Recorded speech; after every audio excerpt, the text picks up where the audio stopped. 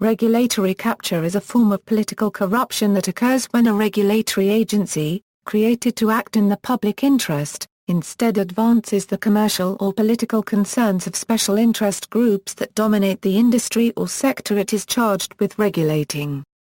Regulatory capture is a form of government failure. It creates an opening for firms or political groups to behave in ways injurious to the public. The agencies are called captured agencies. Theory. For public choice theorists, regulatory capture occurs because groups or individuals with a high-stakes interest in the outcome of policy or regulatory decisions can be expected to focus their resources and energies in attempting to gain the policy outcomes they prefer, while members of the public, each with only a tiny individual stake in the outcome, will ignore it altogether.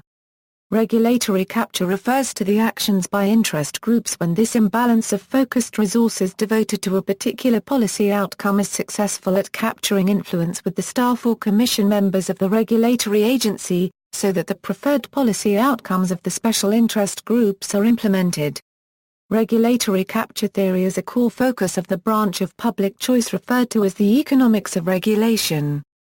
Economists in this speciality are critical of conceptualizations of governmental regulatory intervention as being motivated to protect public good.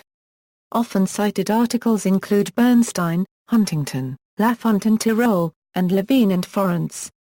The theory of regulatory capture is associated with Nobel laureate economist George Stigler, one of its main developers.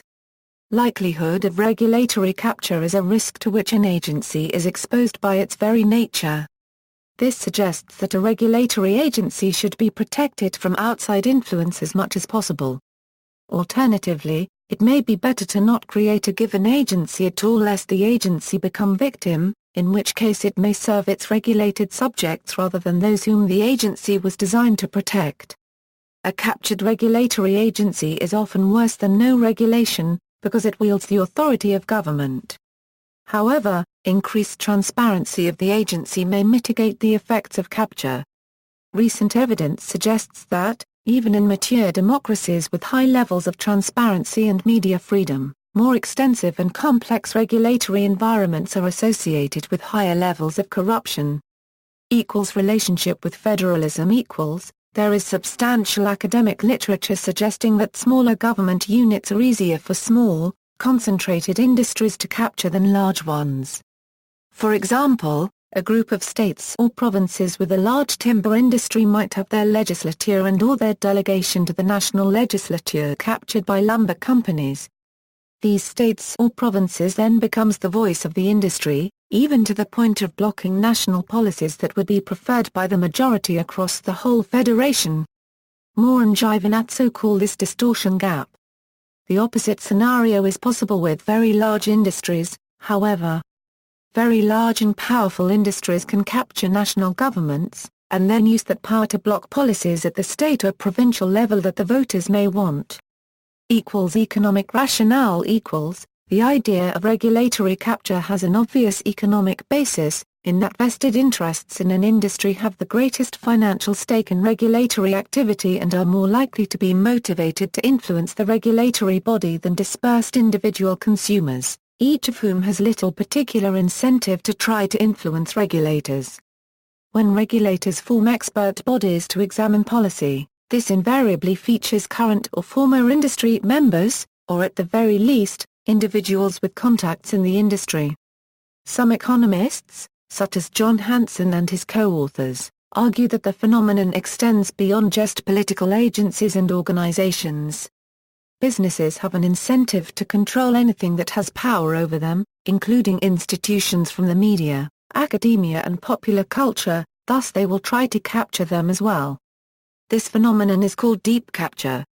Types of regulatory capture. There are two basic types of regulatory capture: materialist capture, also called financial capture, in which the captured regulator's motive is based on its material self-interest.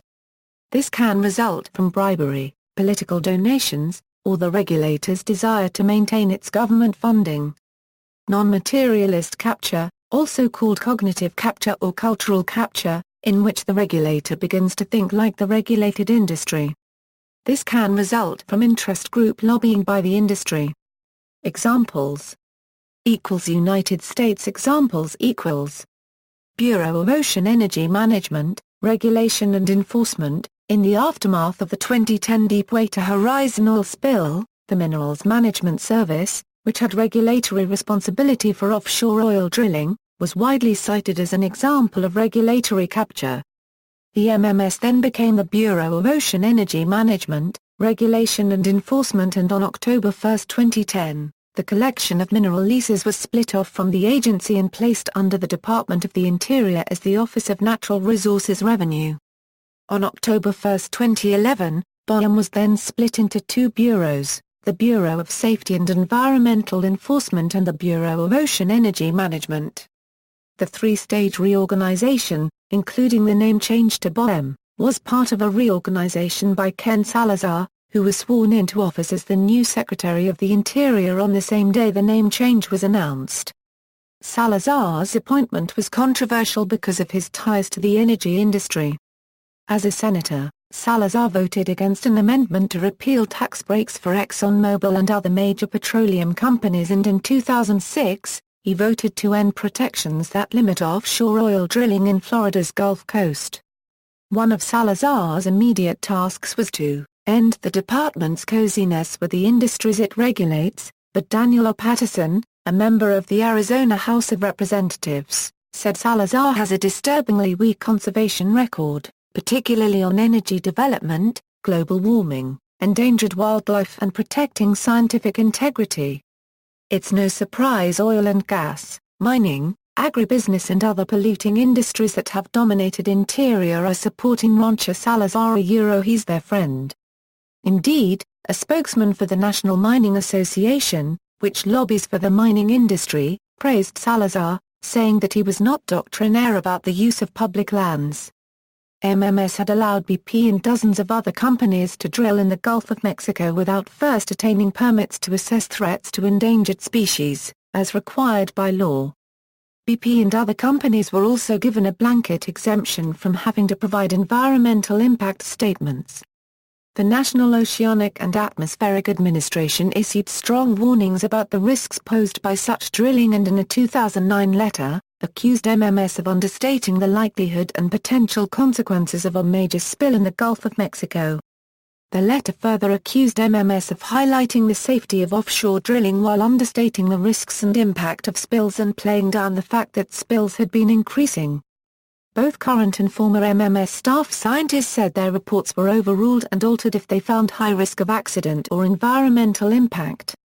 Kyron Suckling, director of the Center for Biological Diversity, said, MMS has given up any pretense of regulating the offshore oil industry. The agency seems to think its mission is to help the oil industry evade environmental laws. After the Deepwater accident occurred, Salazar said he would delay granting any further drilling permits. 3 weeks later, at least 5 more permits had been issued by the Minerals Agency. In March 2011, BOEM began issuing more offshore drilling permits in the Gulf of Mexico. Michael Bromwich, head of BOEM, said he was disturbed by the speed at which some oil and gas companies were shrugging off Deepwater Horizon as a complete aberration, a perfect storm, one in a million, but would nonetheless soon be granting more permits to drill for oil and gas in the Gulf. Commodity Futures Trading Commission. In October 2010, George H. Painter, one of the 2 Commodity Futures Trading Commission administrative law judges, retired, and in the process requested that his cases not be assigned to the other judge, Bruce C. Levine.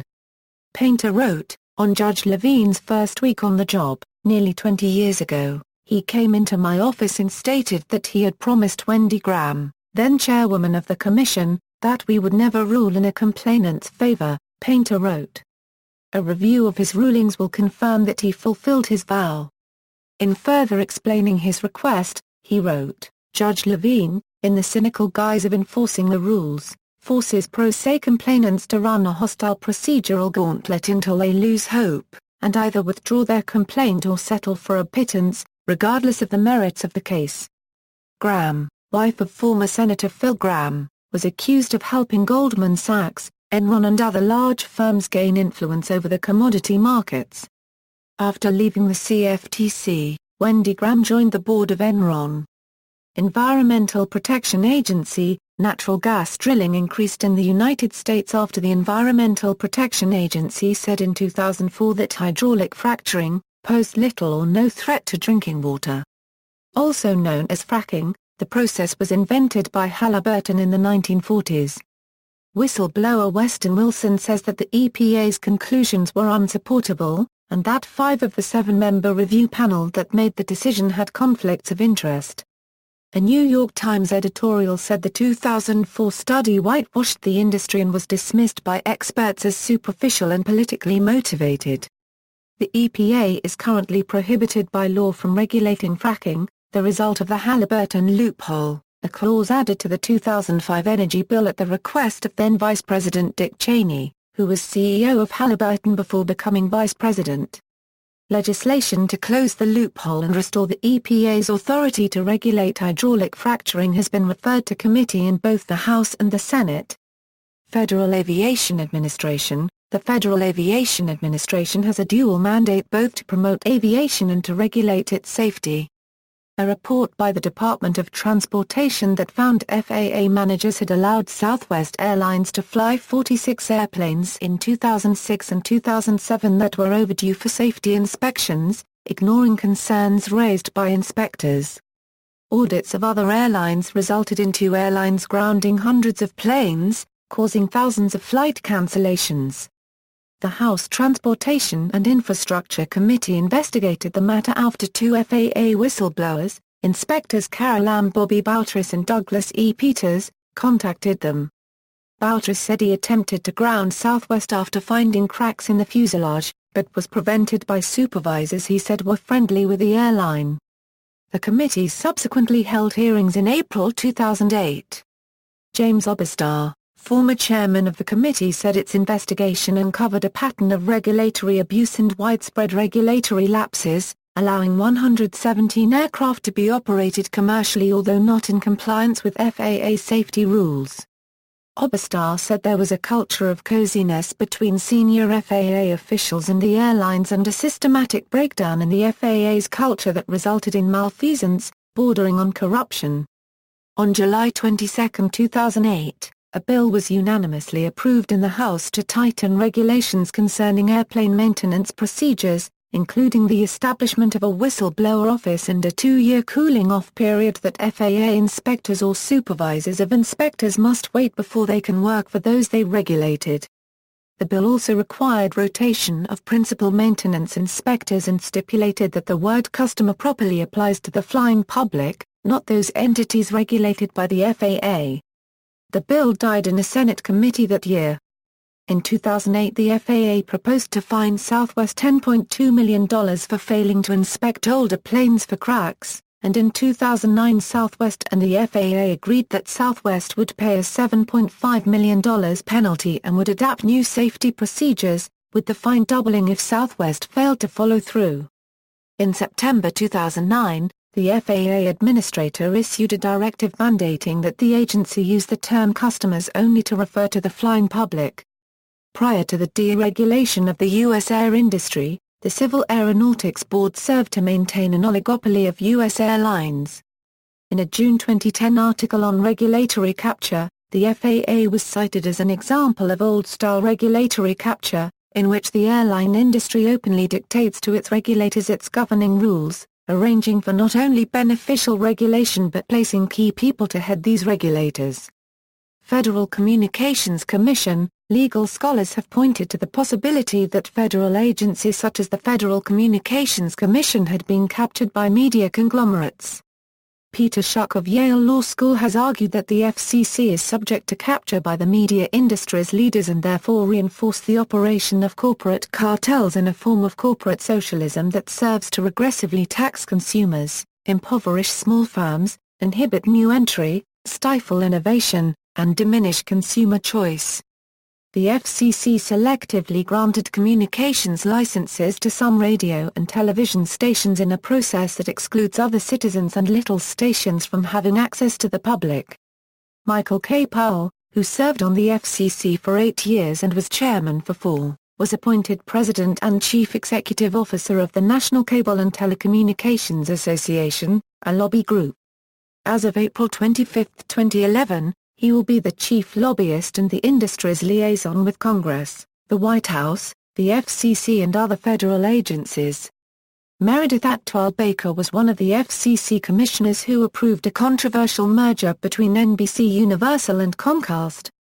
4 months later, she announced her resignation from the FCC to join Comcast's Washington, D.C. lobbying office. Legally, she is prevented from lobbying anyone at the FCC for 2 years, and an agreement made by Comcast with the FCC as a condition of approving the merger will ban her from lobbying any executive branch agency for life.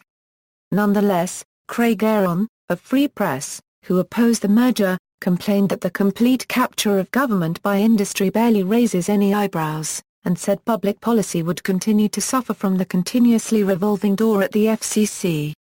Federal Reserve Bank of New York. The Federal Reserve Bank of New York is the most influential of the Federal Reserve banking system.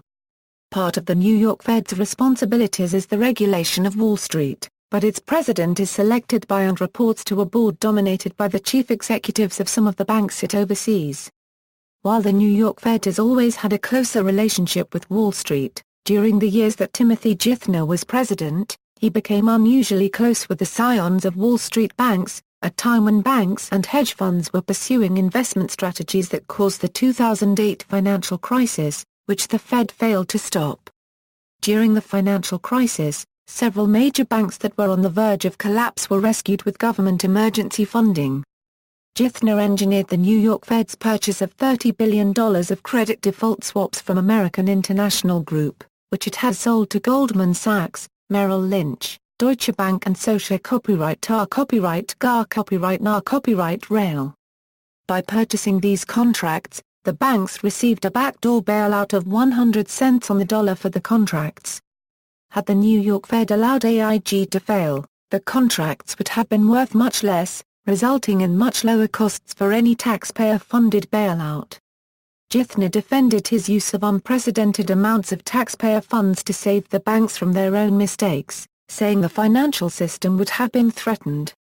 At the January 2010 congressional hearing into the AIG bailout, the New York Fed initially refused to identify the counterparties that benefited from AIG's bailout, claiming the information would harm AIG. When it became apparent this information would become public, a legal staffer at the New York Fed emailed colleagues to warn them, lamenting the difficulty of continuing to keep Congress in the dark. Jim Rickards calls the bailout a crime and says the regulatory system has become captive to the banks and the non-banks.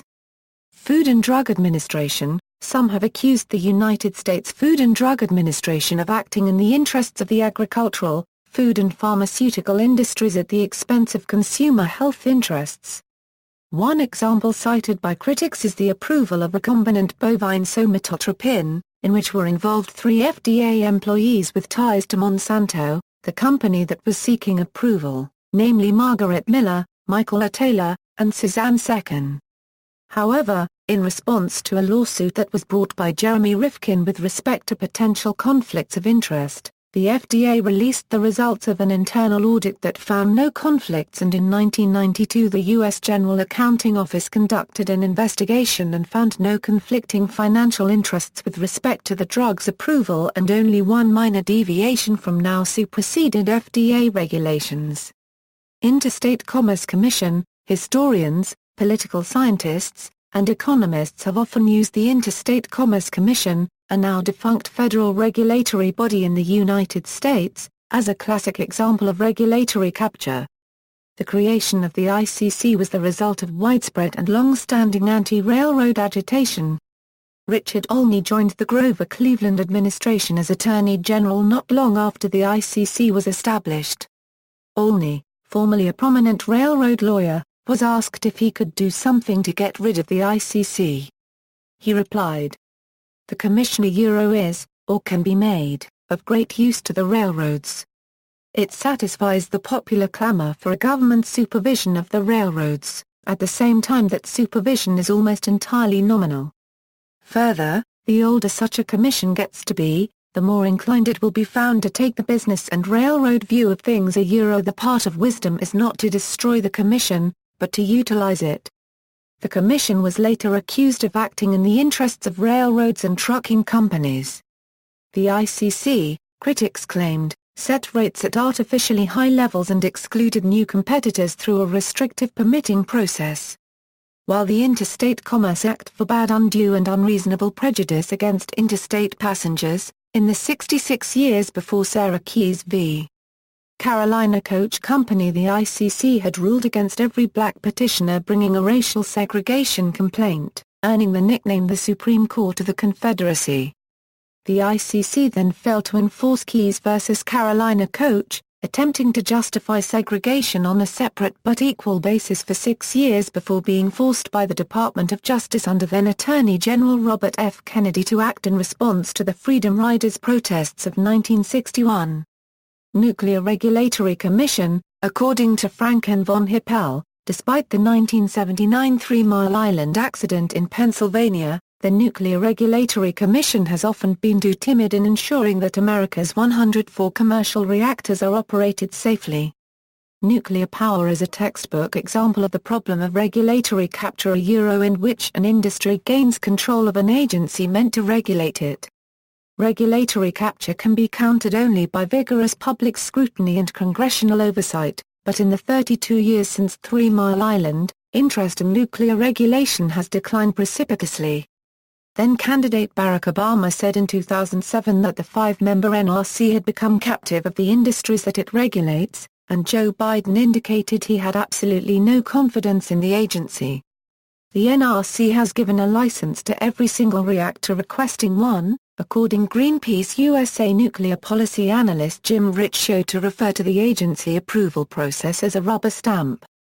In Vermont, 10 days after the 2011 Tohoku earthquake and tsunami that damaged Japan's Daiichi plant in Fukushima, the NRC approved a 20-year extension for the license of Vermont Yankee Nuclear Power Plant, although the Vermont state legislature had voted overwhelmingly to deny such an extension. The Vermont plant uses the same GE Mark I reactor design as the Fukushima Daiichi plant. The plant had been found to be leaking radioactive materials through a network of underground pipes, which Entergy, the company running the plant, had denied under oath even existed. Representative Tony Klein, who chaired the Vermont House Natural Resources and Energy Committee, said that when he asked the NRC about the pipes at a hearing in 2009, the NRC didn't know about their existence, much less that they were leaking.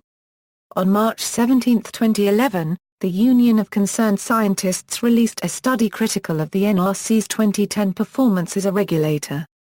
The UCS said that through the years, it had found the NRC's enforcement of safety rules has not been timely, consistent, or effective, and it cited 14 near misses at U.S. plants in 2010 alone. Tyson Slocum, an energy expert at Public Citizen, said the nuclear industry has embedded itself in the political establishment through reliable friends from George Bush to Barack Obama, that the government has really just become cheerleaders for the industry. Although the exception, there have been instances of a revolving door. Jeffrey Merrifield, who was on the NRC from 1997 to 2008 and was appointed by Presidents Clinton and Bush, left the NRC to take an executive position at the Shaw Group, which has a nuclear division regulated by the NRC. However, most former commissioners returned to academia or public service in other agencies.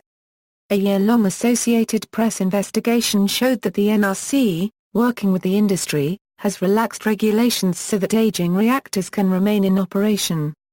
The AP found that wear and tear of plants, such as clogged lines, cracked parts, leaky seals, rust and other deterioration resulted in 26 alerts about emerging safety problems and may have been a factor in 113 of the 226 alerts issued by the NRC between 2005 and June 2011. The NRC repeatedly granted the industry permission to delay repairs and problems often grew worse before they were fixed.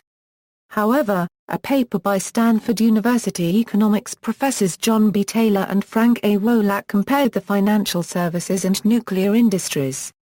While acknowledging both are susceptible in principle to regulatory capture, They concluded regulatory failure including through regulatory capture has been much more of a problem in the financial industry, and even suggested the financial industry create an analog to the Institute of Nuclear Power Operations to reduce regulatory risk.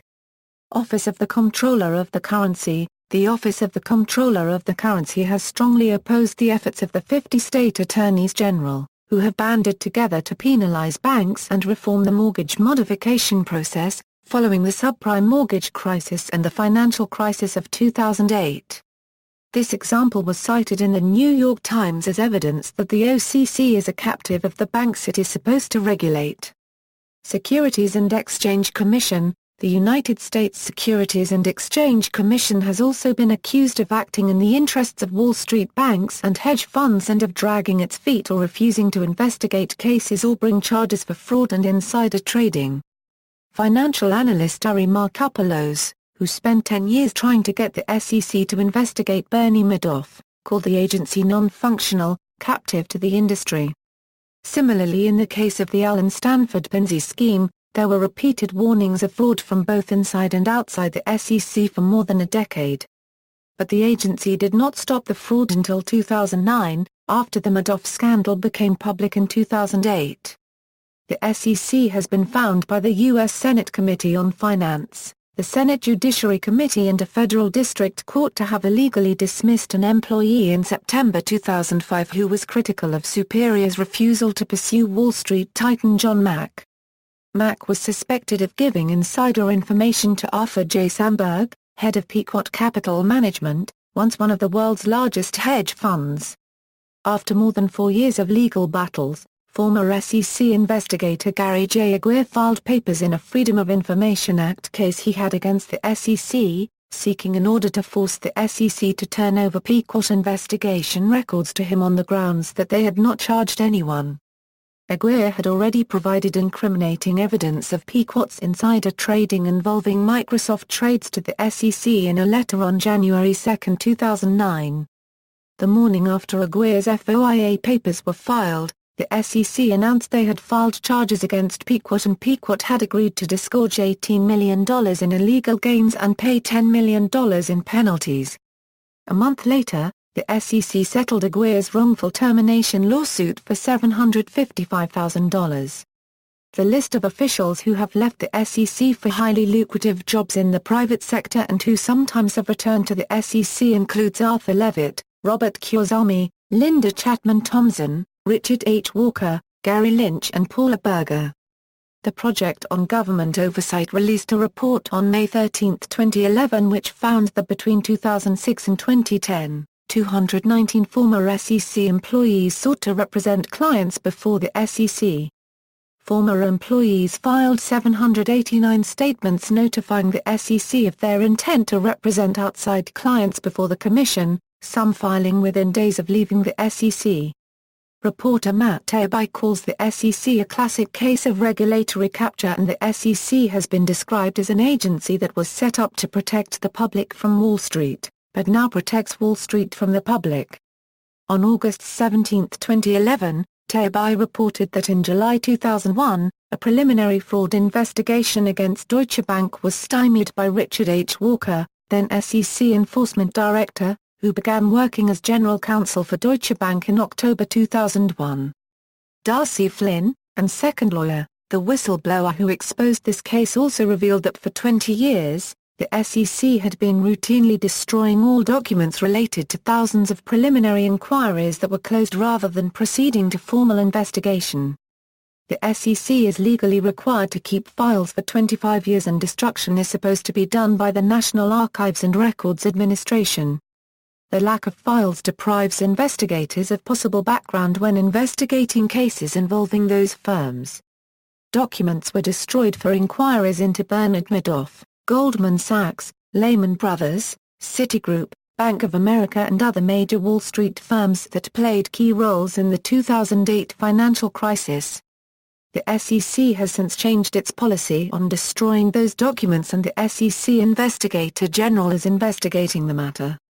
Federal Trade Commission, the decision known as Amway Corporation, and popularly called Amway 79, made the FTC a captive regulator of the nascent multi-level marketing industry.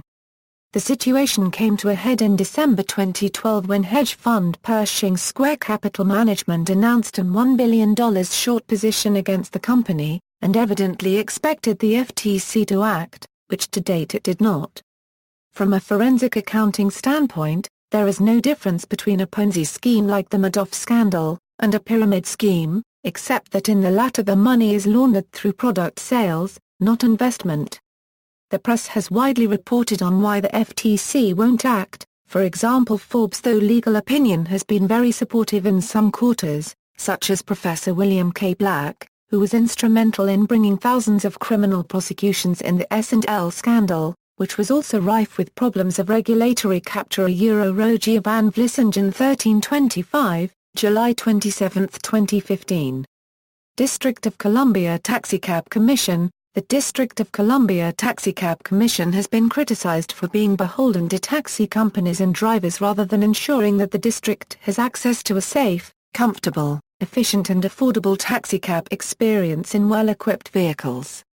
In particular, the sedan service Uber has faced impediments from the Commission and the City Council that have prevented it from competing with taxis. Uber's plan to roll out a less expensive service called UberX was called off after the City Council proposed an amendment that would force sedan services to charge at least 5 times the drop rate of taxis as well as higher time and distance charges, explicitly to prevent Uber from competing with taxis. Washington State Liquor Control Board and I-502. Some commentators have acknowledged that while Washington State's initiative I-502 legalized marijuana, it did so in a manner that led to a state-run monopoly on legal marijuana stores with prices far above that of the existing medical dispensaries, which the state is now trying to close down in favor of the recreational stores, where prices are 2 to 5 times higher than the product can be obtained elsewhere. Canadian examples Canadian Radio Television and Telecommunications Commission. In August 2009, the Canadian Radio Television and Telecommunications Commission provisionally granted a request by Bell Canada to impose usage-based billing on Internet wholesalers, igniting protest from both the wholesalers and consumers, who claimed that the CRTC was kowtowing to Bell. On February 2, 2011, CRTC Chair Conrad von Finkenstein testified before the House of Commons Standing Committee on Industry, Science and Technology to defend the agency's decision. Critic Steve Anderson said, "The CRTC's stubbornness in the face of a mass public outcry demonstrates the strength of the big telecom lobby's influence." While government officials have recognized the need to protect citizens' communications interests, the CRTC has made it clear that their priorities lie elsewhere. Japanese examples. In Japan, the line may be blurred between the goal of solving a problem and the somewhat different goal of making it look as if the problem is being addressed. Nuclear and Industrial Safety Agency. Despite warnings about our safety, Japanese regulators from the Nuclear and Industrial Safety Agency approved a 10-year extension for the oldest of the 6 reactors at Fukushima Daiichi just 1 month before a 9.0 magnitude earthquake and subsequent tsunami damaged reactors and caused a meltdown. The conclusion to the Diet of Japan's report on Fukushima attributed this directly to regulatory capture. Nuclear opponent Eisaku Sato, governor of Fukushima Prefecture from 1988 to 2006, said a conflict of interest is responsible for NISA's lack of effectiveness as a watchdog. The agency is under the Ministry of Economy, Trade and Industry, which encourages the development of Japan's nuclear industry. Inadequate inspections are reviewed by expert panels drawn primarily from academia and rarely challenge the agency. Critics say the main weakness in Japan's nuclear industry is weak oversight. Seismologist Takashi Nakata said, "The regulators just rubber-stamp the utilities reports." Both the ministry and the agency have ties with nuclear plant operators, such as Tokyo Electric. Some former ministry officials have been offered lucrative jobs in a practice called amakudari, descent from heaven. A panel responsible for rewriting Japan's nuclear safety rules was dominated by experts and advisors from utility companies, said seismology professor Katsuhiko Ishibashi, who quit the panel in protest, saying it was rigged and unscientific. The new guidelines, established in 2006, did not set stringent industry-wide earthquake standards. Rather, nuclear plant operators were left to do their own inspections to ensure their plants were compliant. In 2008, the NISA found all of Japan's reactors to be in compliance with the new earthquake guidelines. Yoshiro Kinugasa helped write Japan's nuclear safety rules, later conducted inspections and still in another position at another date, served on a licensing panel, signing off on inspections. Ministry of Health, Labor and Welfare. In 1996, the Ministry of Health and Welfare came under fire over the scandal of HIV-tainted blood being used to treat hemophiliacs. Although warned about HIV contamination of blood products imported from the U.S., the ministry abruptly changed its position on heated and unheated blood products from the U.S., protecting the Green Cross and the Japanese pharmaceutical industry, keeping the Japanese market from being inundated with heat-treated blood from the United States. Because the unheated blood was not taken off the market, 400 people died and over 3,000 people were infected with HIV. No senior officials were indicted and only one lower-level manager was indicted and convicted. Critics say the major task of the ministry is the protection of industry, rather than of the population. In addition, bureaucrats get amakudari jobs at related industries in their field upon retirement, a system which serves to inhibit regulators. Moyo Kimura, a critic who works at MHLW, says the ministry does not look after the interests of the public. International examples World Trade Organization. The academic Thomas Allard Faunce has argued the World Trade Organization non-violation nullification of benefits claims, particularly when inserted in bilateral trade agreements, can facilitate intense lobbying by industry which can result in effective regulatory capture of large areas of governmental policy.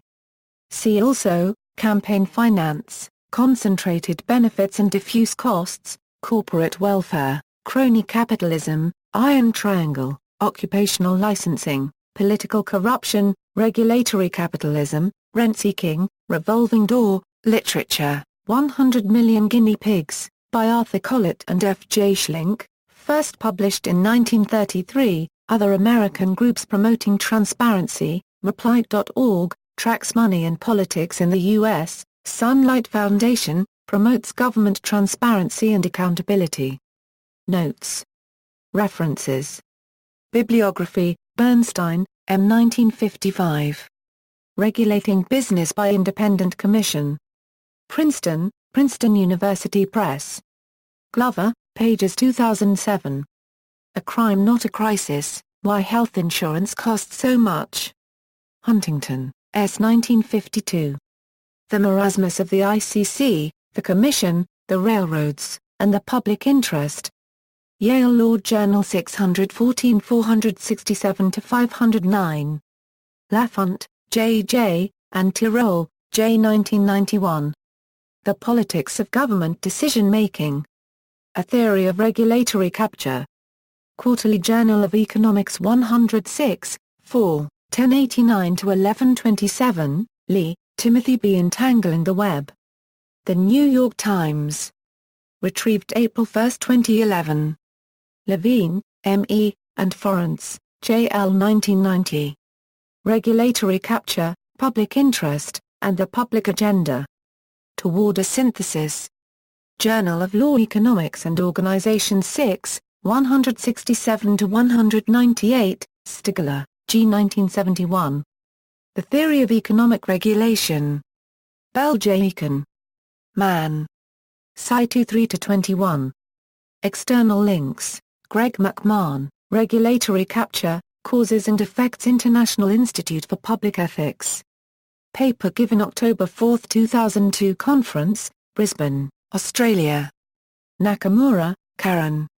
Resistance and Co-optation, The Japanese Federation of the Deaf and Its Relations with State Power, Social Science Japan Journal, Volume 5, No. 1, pages 17-35.